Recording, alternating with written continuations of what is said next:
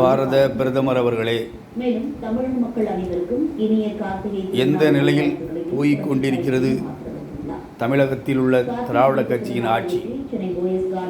மாநில தலைவர் அண்ணாமலை அவர்களும் பாரத பிரதமர் நரேந்திர மோடிஜி அவர்களும் தமிழ்நாட்டை பார்த்து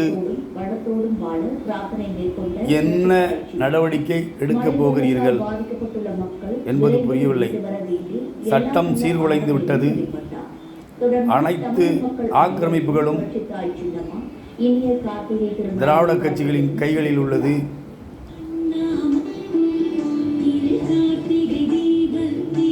எங்கு பார்த்தாலும் அவர்களின் ஆட்சியாளர்களின் பங்களிப்பாக தான் இருக்கிறது. நீங்கள் பாரத பிரதமர் மோடிஜி அவர்களும் மாநில தலைவர் அண்ணாமலை அவர்களும் வேடிக்கை பார்த்து கொண்டிருப்பது போல் தெரிகிறது. அப்பாவி மக்கள் மீண்டும் மீண்டும் கவலைக்கிடமாக வாழ்ந்து வருகிறார்கள்.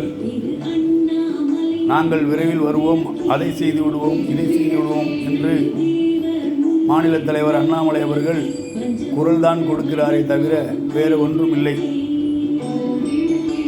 இவர்கள் எப்போதும் எங்களுக்கு மத்திய அரசு நிதி தரவில்லை என்று மக்களை ஏமாற்றுகிறார்கள். இந்து மதத்தை இழிவுபடுத்துகிறார்கள். இந்து கோயில்கள் இடிக்கப்படுகிறது. ஏழை பாழை மக்களின் வாழ்வாதாரம் அடியோடு அழிக்கப்படுகிறது. இது போன்ற சூழ்நிலை தமிழகத்தில் அதிகப்படியாக இருந்து வருகிறது. ஆனால் நாங்கள் தமிழ் மொழியை முதல் மொழியாக ஆக்குவோம், திருக்குறளை நாடு நாடாக பாடி வருவோம் என்று மோடிஜி அவர்கள் கூறி வருவது வேடிக்கையாகவும் உள்ளது. தமிழ்நாட்டிற்கு ஒரு நல்ல தீர்ப்பு வர வேண்டும். தமிழ் மக்களை காப்பாற்றுவதற்கான வழிவகுக்க வேண்டும். குறிப்பாக இந்து மக்களை காப்பாற்றுவதற்கும் ஒரு நல்ல வழிவகுக்க வேண்டும் என்று இந்த காலை வேளையில் பணிவான வணக்கத்துடன் பாரத பிரதமர் நரேந்திர மோடிஜி அவர்களுக்கும் மாநில தலைவர் அண்ணாமலை அவர்களுக்கும் இந்த பதிவினை வெளியிடுகிறேன். நன்றி, வணக்கம். தமிழகம் காக்கப்பட வேண்டும். தமிழக மக்கள் மீட்டெடுக்கப்பட வேண்டும். ஏழை எளிய மக்களின் வாழ்வாதாரம் அழிந்து கொண்டிருக்கிறது என்பதை இந்த தருணத்தில் தெரிவித்துக் கொள்கிறேன். நன்றி, வணக்கம். அது மட்டுமல்ல,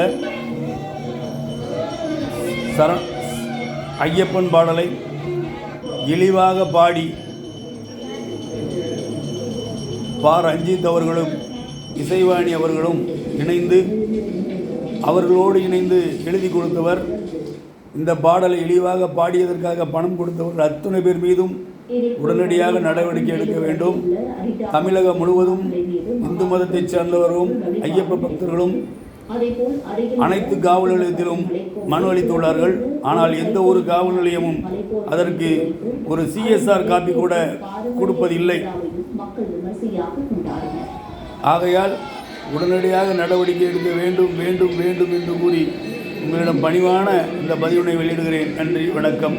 மக்கள் நல்வாழ்வு கட்சி மாவட்ட தலைவர், தென்மண்டல அமைப்பாளர் RK பாவேந்தன். நன்றி.